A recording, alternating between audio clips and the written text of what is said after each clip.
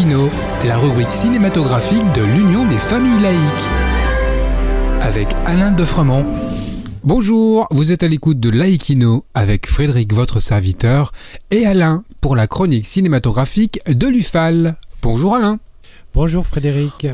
Le noir et blanc n'est plus guère utilisé dans le cinéma d'aujourd'hui. Oui, la pellicule noir et blanc n'est pas absente des salles de cinéma, mais elle est quand même assez rare. Souvenons-nous dans le passé d'Un homme et une femme de Claude Lelouch, Palme d'Or à Cannes en 1966, d'Elephant Man de David Lynch en 1980, de La liste de Schindler de Spielberg en 1993, et plus près de nous, The Artist en 2011, qui vit la consécration de Jean Dujardin.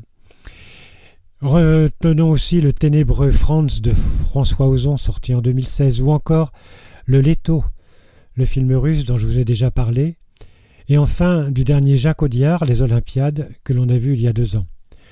Ce furent des succès en salle, bien qu'en noir et blanc. D'autres sont restés plus confidentiels alors que ce sont de vrais bijoux. Lesquels ?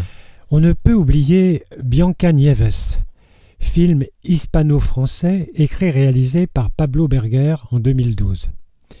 Si vous avez quelques notions d'espagnol, vous avez pu traduire le titre. Oui, il s'agit bien de Blanche-Neige, revisitée de main de maître par Berger, mais pas en dessin animé, avec des vrais personnages. Nous retrouvons Carmen, une jeune fille élevée par sa grand-mère, suite à la mort en couche de sa mère. Au décès de cette dernière, elle est accueillie chez son père, ex-toréador invalide. Celui-ci est accompagné d'une infirmière cupide, jalouse, véritable marâtre. Et la pauvre Carmen doit fuir dans la forêt, où elle est adoptée par des nains toréadors qui la surnomment Bianca Nieves. Loin d'être un film pour enfants, vous y découvrirez une splendide adaptation du célèbre conte. C'est absolument bluffant. Alain, d'autres pépites ? Dans cette même année, 2012, sort Tabou, un film franco-portugais de Miguel Gomez.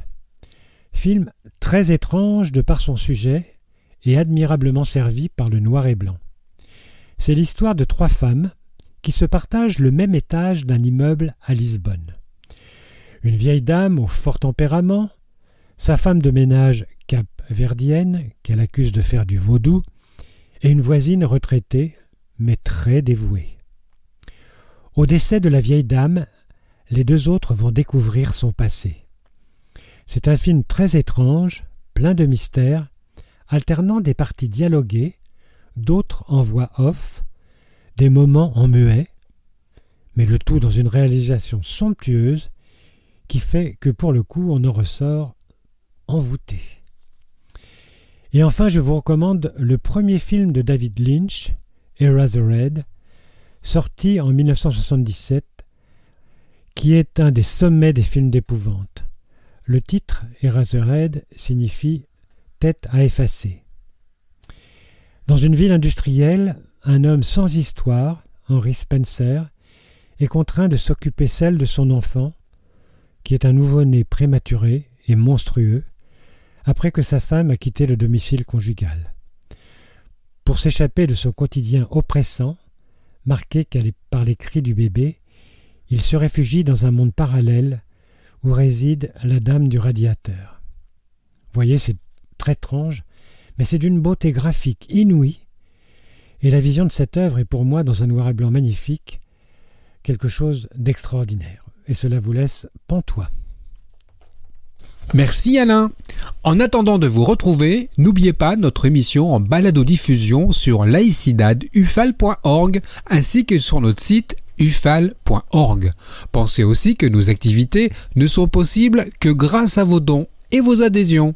C'était Frédéric et Alain sur Laïkino. À bientôt. C'était Laïkino, la rubrique cinématographique de l'Union des familles laïques. Retrouvez toutes nos rubriques Laïkino et l'ensemble de nos balados-diffusions sur lufal.org.